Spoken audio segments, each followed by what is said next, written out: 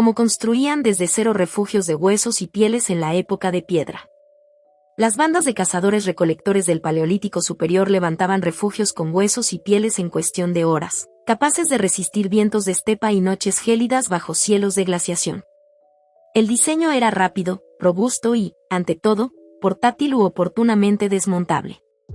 Entonces, ¿qué método exacto lo hizo posible y de dónde provenían todos los materiales en llanuras abiertas con escasez de madera? Todo comenzaba mucho antes de ensamblar el primer soporte. El material estructural adecuado marcaba la diferencia entre un refugio que duraba una temporada y uno que fallaba en la primera ventisca. Por eso, encontrar los postes perfectos, colmillos curvos, costillas enormes, mandíbulas pesadas, maderos de deriva, era el primer paso. La obtención de elementos largos y resistentes no se limitaba a la tala. En muchas regiones frías, la madera recta escaseaba. Bandas enteras recorrían cauces y terrazas fluviales para recolectar troncos arrastrados por el hielo, seleccionando aquellos más rectos y sin pudrición. En zonas de mamut, los campos de huesos eran auténticos almacenes, costillas que formaban arcos, colmillos que podían servir como travesaños, escápulas y pelvis como paneles y cortavientos. Reconocer piezas útiles a distancia era un arte. Los más experimentados afinaban la vista para detectar hueso bien conservado, sin fisuras que delataran fragilidad. La estacionalidad también contaba. En invierno, cuando el suelo estaba duro y la savia de los árboles locales apenas circulaba, cualquier madera obtenida se secaba con menos deformaciones, y el hielo permitía arrastrar piezas pesadas con trineos primitivos.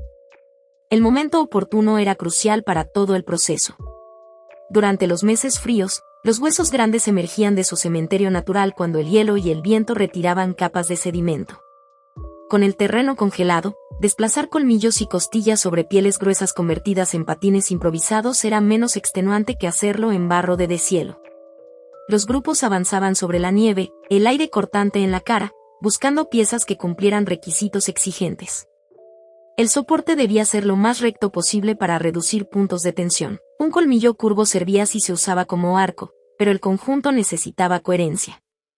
La sección había de ser adecuada, demasiado delgada y se partiría con una ráfaga, demasiado gruesa y el traslado se volvía un castigo. Trabajar el material era meticuloso. Enderezar maderos de deriva al calor del fuego, raspar cortezas húmedas con raspadores de piedra hasta que la madera quedara limpia y ligera, eliminar restos grasos de huesos con raederas y escamas afiladas. Cada movimiento importaba. La grasa retenía humedad y atraía animales, dos problemas que podían arruinar un refugio y poner en riesgo al grupo. Se dedicaban horas al raspado cuidadoso.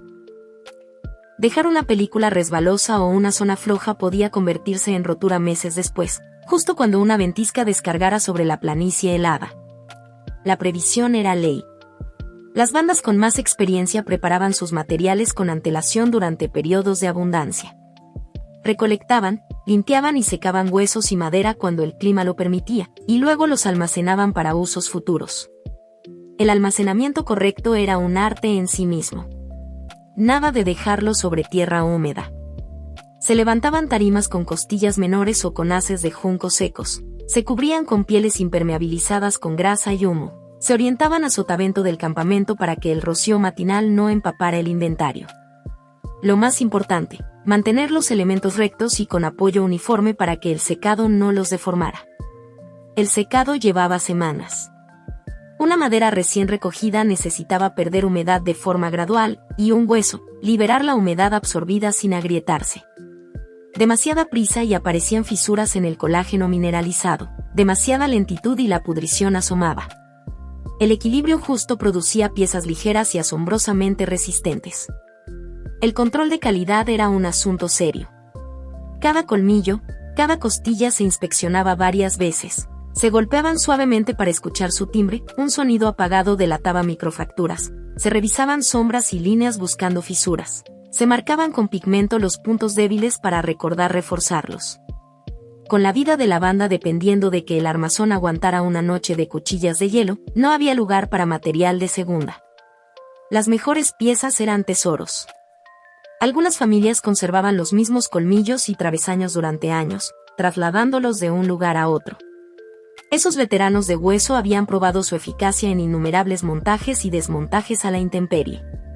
Pero contar con un juego perfecto era apenas el inicio. El reto real venía después: transformar piezas sueltas en una estructura capaz de resistir ráfagas que hacían volar la nieve como harina. No se trataba de apoyar elementos y cubrirlos. Era ingeniería de precisión para funcionar a la primera. El proceso comenzaba con elegir los 3 soportes para el trípode fundamental. En regiones con mamut, el trípode podía ser una combinación de 2 colmillos y un madero; en estepas sin colosos, 3 troncos de deriva. No eran elecciones al azar. Los más rectos, los de mejor timbre, los que soportarían el peso de todo lo demás. Equivocarse con estos 3 era condenar el refugio. Los vientos de la planicie golpeaban en ráfagas alternas. La base debía ser infalible. Colocar el trípode era ya un trabajo coreografiado. Una persona sujetaba, otra apalancaba, otra ajustaba atados. Transportar materiales desde los lugares de recolección hasta el sitio del campamento era, de por sí, una campaña. Nadie llevaba colmillos en el bolsillo. Mover piezas de varios metros cruzando nieve, arbustos, quebradas sin senderos era una prueba de logística ancestral. Se usaban arrastres con patines de hueso y piel, trineos primitivos, palancas de madera, cuerdas de tendón y, en fases tardías del Paleolítico, perros como auxiliares de tiro en distancias cortas. En costas y riberas, canoas simples o balsas podían trasladar cargas por agua tranquila. La clave era agrupar materiales y asignar responsables por paquete, repartiendo peso y vigías que leyeran terreno y riesgo. Montar el trípode exigía ojo y experiencia. Los ángulos debían ser exactos. Si quedaban demasiado cerrados, el interior final sería estrecho y bajo; si demasiado abiertos, la estructura perdería estabilidad. Las uniones no se confiaban a nudos caprichosos. Se ataba con cuero crudo, tendón de grandes herbívoros, fibras vegetales, ortiga, lino silvestre donde existía, torcidas a mano. No eran cuerdas industriales. Eran líneas fabricadas desde cero por manos expertas, con tratamientos de humo y grasa para mejorar resistencia y repelencia al agua. La técnica de atado lo era todo, flojo, y el trípode respiraba demasiado bajo viento, excesivamente apretado, y el cuero podía pellizcarse y cortarse con la tensión. Los nudos se colocaban en posiciones calculadas para no deslizar ni morder en vano. A partir del trípode, se añadían soportes uno a uno en círculo. Cada costilla, cada madero tenía una posición asignada según curvatura y longitud. Las separaciones definían la futura piel del refugio y su estabilidad. La meta era una cúpula semielástica, capaz de flexionar y ceder con la ráfaga sin partirse. Rígido quebraba, flexible sobrevivía. Bandas con cuajo montaban el armazón en menos de 1 hora si el tiempo apremiaba, y lo dejaban secar y asentarse si la tarde era benigna. Probar el esqueleto era el paso final antes de vestirlo, a empujones controlados, a tirones de las cuerdas, a guiños con el peso de un adulto colgado un instante del travesaño. Mejor detectar un fallo con el sol arriba que con el granizo martillando. Un armazón sólido era esencial, pero un esqueleto no abriga. Había que darle piel. La cubierta convertía los cueros crudos de reno, caballo estepario o bisonte en un material impermeable y cortaviento capaz de proteger a la banda durante las peores jornadas. En zonas de mamut, se añadían paneles más gruesos en cortavientos permanentes; en regiones boscosas, pieles más ligeras, apoyadas con corteza y esteras, bastaban. El trabajo con piel no era artesanía de ocio, era supervivencia. Horas, días de oficio acumulado. Alimentarse primero, vestir luego, la caza proveía músculo y materia prima. Acorralar renos en desfiladeros nevados, conducir caballos salvajes hacia trampas naturales, interceptar bisontes en corredores migratorios, eran empeños colectivos. Sin cronómetros, pero con una coordinación impecable, señales con manos, gritos breves, percusiones en madera. Cuando el lance tenía éxito, empezaba el verdadero trabajo. La piel fresca era pesada, grasosa, con pelo. Transformarla en cubierta implicaba una cadena de pasos extenuantes. Raspado inicial, con raspadores de piedra y raederas, se limpiaba la cara interna de todo resto de grasa y tejido. No era gesto delicado, horas de trabajo de espalda y brazos, con cambios de ritmo para no cortar la dermis útil, Depilado, según la función, se retiraba el pelo por raspado contrario y baños de infusiones o ceniza.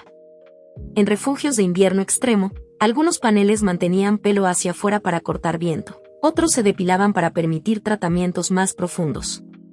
Remojo y ablandado, agua limpia, a veces mezclada con cerebro del propio animal u otros emulsionantes naturales, iniciaba reblandecimiento y curtido suave. Tensado, en marcos de madera u osamenta, con clavijas y cuñas, se estiraba la piel para alisar arrugas sin desgarrar. Se necesitaban varias pieles para una cubierta familiar. Una vivienda portátil reclamaba de 8 a 14 piezas medianas, según tamaño y clima. Un abrigo fijo de huesos en asentamiento de temporada podía llevar más. Coser esa cantidad era como confeccionar una chaqueta del tamaño de un hogar con una aguja de hueso. Las agujas, afinadas con buriles de piedra y perforadas con minúsculos orificios, debían ser filosas y a la vez resilientas. El hilo era tendón seco de grandes mamíferos. Fuerte, ligeramente elástico, se tensaba mejor si se humedecía. Cada puntada aportaba estanqueidad. Las líneas de costura debían comportarse como juntas vivas, apretar bajo humedad, ceder sin romper bajo frío. El patrón definía el éxito. Las bandas desarrollaron mapas de corte para que la cubierta abrazara la cúpula con el mínimo desperdicio y la máxima tensión uniforme. Algunos diseños eran más cónicos, otros, con vientre más ancho para ganar volumen en la base. La prueba de fuego, impermeabilidad. La cubierta terminada debía arrojar el agua como piel de foca. Se revisaba una y otra vez, costuras, uniones, esquinas de mayor tensión. Allí se reforzaba con parches, doble puntada, resina de abedul o grasas endurecidas que repelían humedad. Una cubierta excelente no valía si no se mantenía en su lugar cuando el viento aullaba. Montarla sobre el armazón era vestir a un gigante con manos heladas. No se hacía en solitario. Varias personas guiaban, tensaban y ataban. El borde inferior se aseguraba con estacas de hueso o madera talladas a mano, diseñadas para conducir su punta sin abrir el terreno en exceso. Su forma importaba. Una silueta ligeramente aplanada evitaba giros al primer tirón del viento. Alrededor de la base se colocaban piedras bien elegidas como anclajes. No cualquier roca, las muy angulosas podían cortar, se preferían cantos rodados que presionaran sin herir la piel. El sistema incluía aberturas de humo ajustables en la parte alta. No era lujo, sin escape, el humo de un hogar central ahogaba. Se creaban solapas de piel manipulables con varas de madera flexible o con astas. Con cambios mínimos podían cerrarse contra granizo o abrirse para ventilar. Se necesitaba oficio para operarlas. La dirección del viento exigía ajustes finos a lo largo del día. En ráfagas cambiantes, pequeños cambios en la orientación de las solapas o en la altura del hogar resolvían la incomodidad.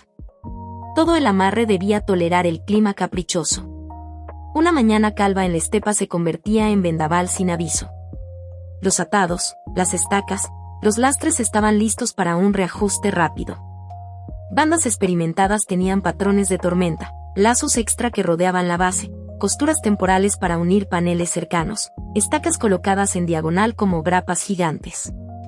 En suelos arenosos, anclajes profundos con palos transversales enterrados, en grava, distribución de peso con piedras grandes. Pero los muros de piel eran solo la mitad de la historia. Dentro, había que crear un mundo. Transformar tierra y aire frío en espacio habitable requería orden que resistiera días de viento, semanas de nieve o lluvias, meses de estancia en temporada de abundancia. La distribución interior estaba afinada por generaciones. El hogar central era el corazón, su ubicación, estudiada para repartir calor y guiar humo hacia las aberturas. No se escogía al azar, se probaba con pequeñas llamas, se observaba el camino del humo contra la luz de la entrada, se corregía. La leña adecuada era un desafío constante en paisajes fríos. Maderas de deriva, raíces secas, ramas muertas recogidas en recorridos diarios. Cada especie servía a algo, unas ardían lento para la noche, otras hacían llama viva para cocinar rápido, huesos grasos, en emergencias, sostenían brasas cuando la madera escaseaba. Alrededor del hogar se organizaba la vida. Frente a la entrada, un espacio para visitas o para el anciano que guiaba decisiones. A un lado, área de preparación de alimentos. Al otro, lechos de piel esponjada con paja seca o juncos. Las pieles no eran decoración, eran muebles multitarea. Piel gruesa de bisontes en zonas de tránsito, piel suave de ciervo donde se dormía. El almacenamiento se resolvía con cestería trenzada, bolsas de cuero, cajas de corteza cocida. Comida, útiles, adornos, pigmentos para pintar, herramientas líticas y de hueso encontraban sitio. Impermeabilidad y resistencia a plagas eran requisitos. Cestas revestidas con resinas, bolsas ahumadas por dentro, recipientes colgados a cierta altura fuera del alcance de roedores. Todo tenía lugar y lógica. En tormenta, había que moverse sin tropezar, durante caza, hallar rápido propulsores, dardos, cuchillos. La lluvia y el viento dictaban colocar lo sensible fuera de corrientes y evitar charcos bajos. Pequeños canales y acolchados levantados resolvían goteras caprichosas. La distribución variaba por estación. En invierno, capas más densas de piel sobre el suelo, cortavientos interiores, el hogar un poco más bajo para que el aire caliente lamiera las camas. En verano, aberturas mayores, cubiertas levantadas en su borde para crear ventilación por efecto chimenea, lechos menos gruesos. La flexibilidad para reorganizarlo todo a voluntad era esencial. Construir el hogar perfecto solo valía si podías llevarlo contigo cuando la migración de presas o las estaciones lo exigían. Cuando los renos cruzaban ríos helados, cuando los vientos cambiaban, cuando un valle quedaba agotado, las bandas desarmaban su casa en paquetes de viaje con una eficacia que hoy envidiaríamos. Y sin perder material.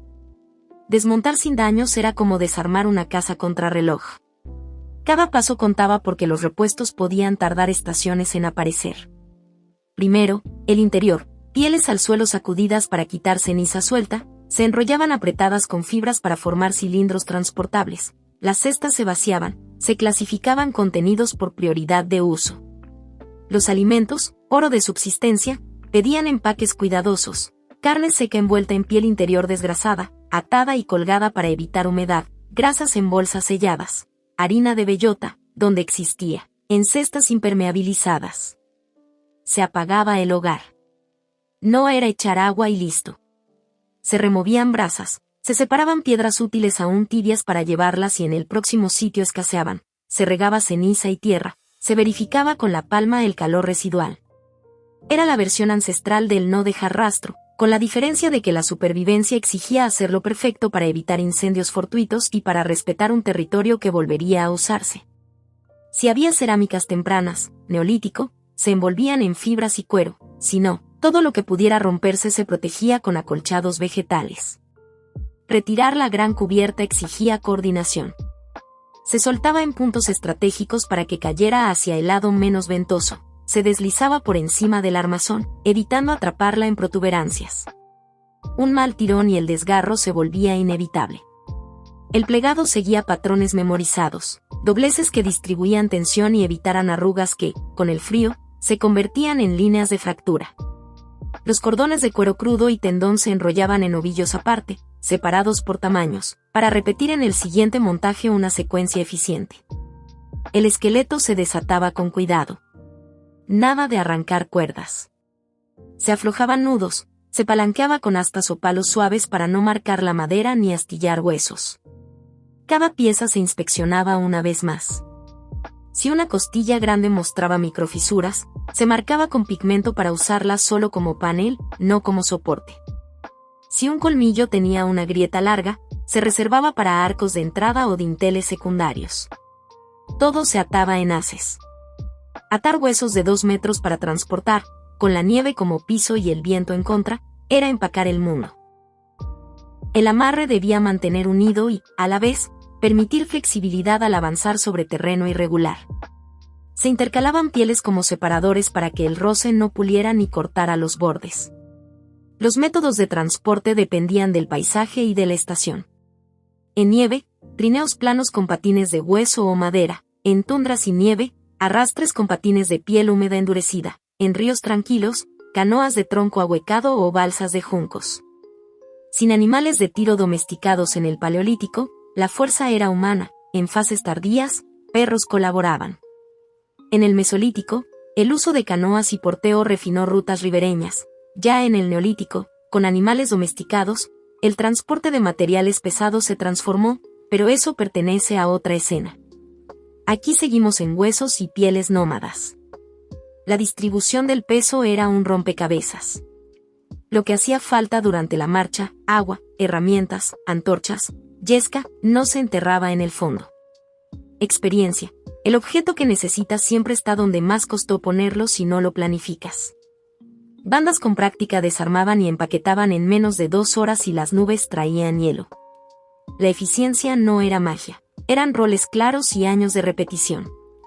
Niños recogían estacas, jóvenes amarraban y cargaban, el consejo de mayores inspeccionaba, corregía, validaba. El control durante el embalaje era tan importante como el control de montaje. Las piezas con desgaste se apartaban para arreglo en marcha, una puntada de refuerzo en parada breve, un parche en solapa durante la pausa del mediodía. Esta portabilidad era una ventaja estratégica. Permitía seguir manadas, evitar conflictos con otras bandas y adaptarse a cambios que el clima imponía. El ciclo de montar-habitar-desmontar podía repetirse decenas de veces por año, cada sitio un examen, cada viento un profesor. Desde colmillos a cubiertas herméticas, las bandas convirtieron materias primas en soluciones. Los métodos fueron, sin metáforas, ingeniería aplicada de alto nivel. Ahora, profundicemos en aspectos técnicos y de vida cotidiana que dan cuerpo a este gran cuadro. Selección de materiales, versión detallada. Huesos. Se preferían costillas grandes de mamut o bisonte para arcos, colmillos de mamut para piezas maestras cuando existían, escápulas para paneles cortaviento, vértebras como bases. Destacas, mandíbulas como umbrales. Señales de calidad, color marfilado, sonido claro al golpe suave, ausencia de líneas blanquecinas, fisuras. Prevención, no exponer al fuego directo, el calor quebradizo volvía el hueso traicionero. Maderas, en llanuras sin bosque, cualquier tronco de deriva recto era joya. Se comprobaba peso versus longitud, humedad escondida, se pelaba corteza, se ahumaba suavemente para secar y desinfectar. En bosques, se escogían especies de crecimiento recto y fibra densa, abedul, pino, abeto. La tala con hachas de piedra no era azar, se iba abriendo una regata, golpe y golpe, rotando el tronco para no encajar la herramienta. Cordajes, tendones de herbívoros secados, golpeados para separar fibras, torcidos en 2 o 3 hebras. Fibras vegetales de ortiga, tilo, corteza interior de morera, remojo para ablandar, macerado, torsión. Tratamientos con humo y grasa para repeler agua. Almacenamiento colgante en el interior, lejos del suelo y de roedores. Tratamiento de pieles, versión minuciosa. Raspado, herramientas en forma de media luna, postura de banco, piel tensada en tronco, raspado hacia afuera para no cortarla. Descanso programado, brazos se agotan y el error, en piel, se paga caro. Curtido con cerebro, el dicho cada piel trae su propio cerebro para curtirla resume que la emulsión de lípidos rompe fibras y flexibiliza. Se trabaja con paciencia, masaje, doblez, estirado, secado al humo suave.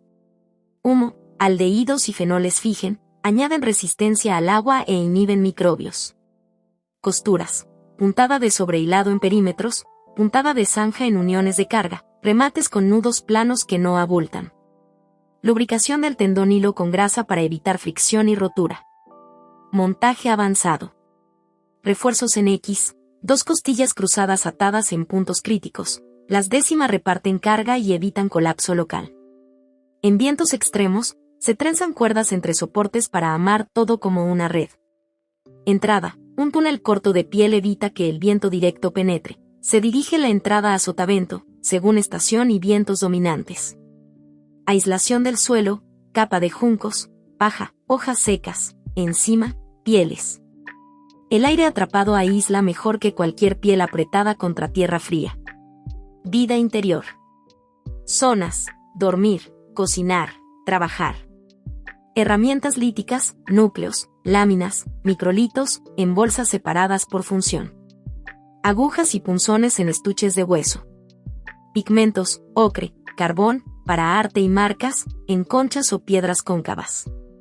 Higiene, cenizas como desinfectante, cambios de capas en el lecho para evitar humedad acumulada, ventilación cruzada breve en tardes secas. Jabones no había, arena fina, arcilla y grasa se usaban para limpiar y proteger piel humana contra viento y sol.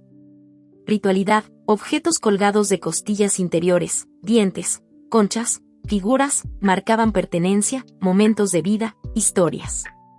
Cantos nocturnos sostenían vigilancia, cohesionaban. El refugio no era solo técnica, era casa, identidad.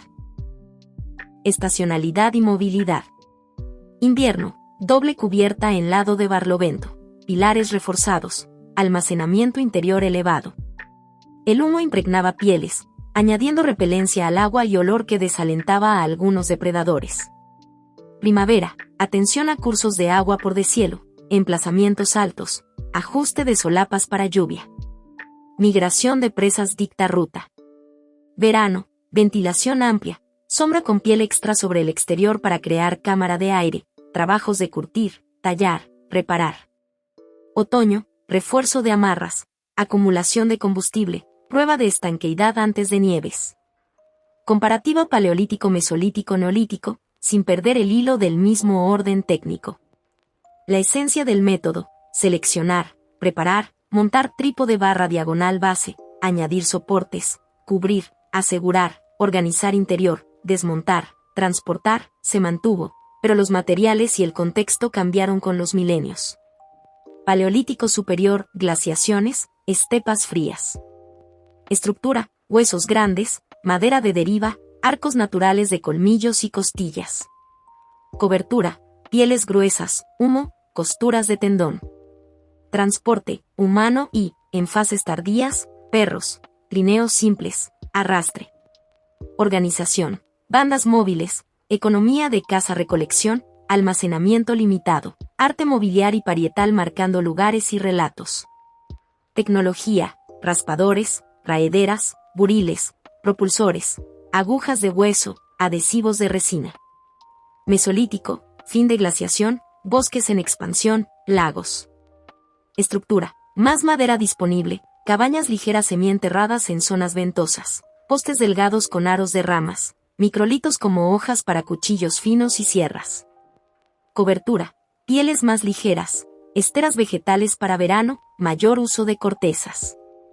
Transporte: canoas y balsas en ríos y lagos, porteo organizado, arrastre con bastidores mejorados. Organización: campamentos estacionales fijos en ciertos puntos, playas de concha, pesquerías, economía aún de caza, pesca, recolección, con almacenamiento algo mayor, ahumaderos, fosas. Tecnología: redes, arpones de hueso, anzuelos, cestería fina, contenedores de corteza. Neolítico, domesticación, aldeas, cerámica. Estructura: progresivo paso a postes de madera plantados, entramados, barro, piedra seca en algunos lugares, megalitismo tardío en ritualidad. Cobertura: techos de paja y barro, pieles quedan como complementos o refugios de caza temporal. Transporte: animales domesticados para tiro, carros rudimentarios, más cerámica que complica y a la vez estabiliza asentamiento. Organización: aldeas, excedentes, graneros, normas comunitarias y tabúes, trueque ampliado. Tecnología: molinos de mano, hachas pulidas, cerámica para cocinar y almacenar. Volvamos al refugio de huesos y pieles para rematar técnicas que hoy podrías traducir sin anacronismos. Atados maestros. Lazo corredizo con tope de hueso, corteza o tendón que pasa por perforación de un botón de hueso, se ajusta al tirar, no se suelta con vibración. Vuelta de seguridad, dos vueltas opuestas en el encuentro de costillas, distribuyen tensión. Amarre de base, estacas atravesadas por debajo de una cuerda base que circula la falda, al tirar, cada estaca muerde suelo sin cortar piel. A prueba de viento. Falda enterrada, 10 a 15 centímetros de borde bajo tierra o nieve dura, con piedras encima. Mantiene sello y evita pandeo por ráfaga. Red interior, cuerdas entre soportes creando un entramado sobre el que la cubierta descansa, reparte tirón. Impermeabilidad. Grasa y humo, capas finas en costuras, reavivar cada cierto tiempo. Goteros en costura, pequeños pliegues que sacan la gota hacia afuera, evitando que recorra costura hacia adentro. Hogar controlado. Anillo de piedras, no paredes, para no reflejar calor en exceso ni romper intercambio de aire. Leña por tamaños. Cono de encendido con ramilla seca, luego ramas medianas, después tocón que aguante. Almacenamiento. Puntos altos. Bolsas colgadas alejadas del calor directo. El humo mata insectos y preserva.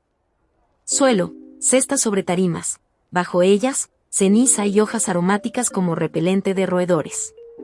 Mantenimiento. Inspección diaria de amarras, estacas y piedras de base.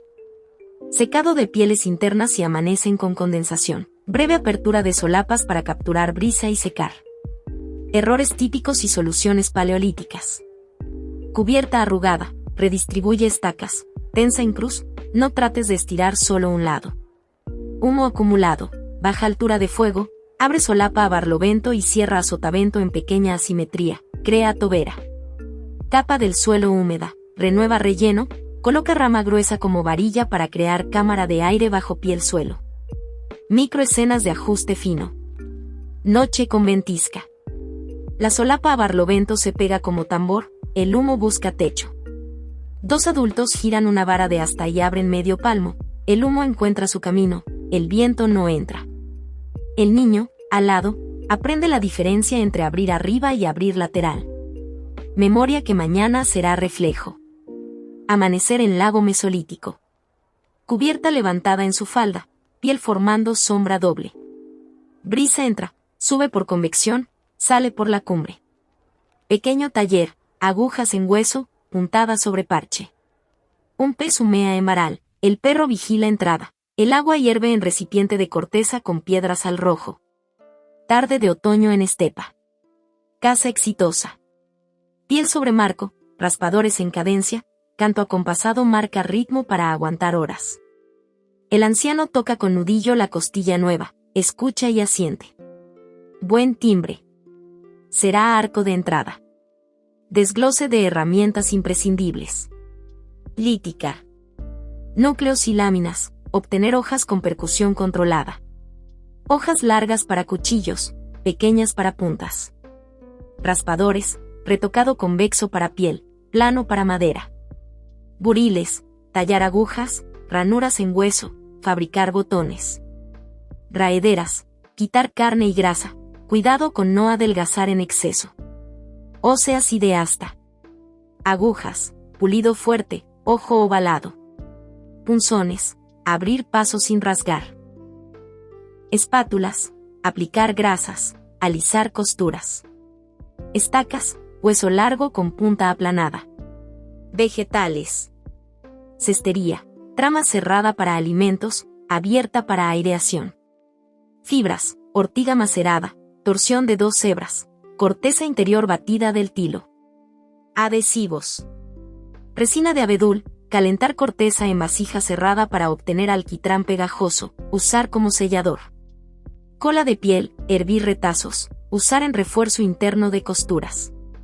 Planificación espacial del campamento. Exterior. Cortavientos naturales, roca, talud, matorral.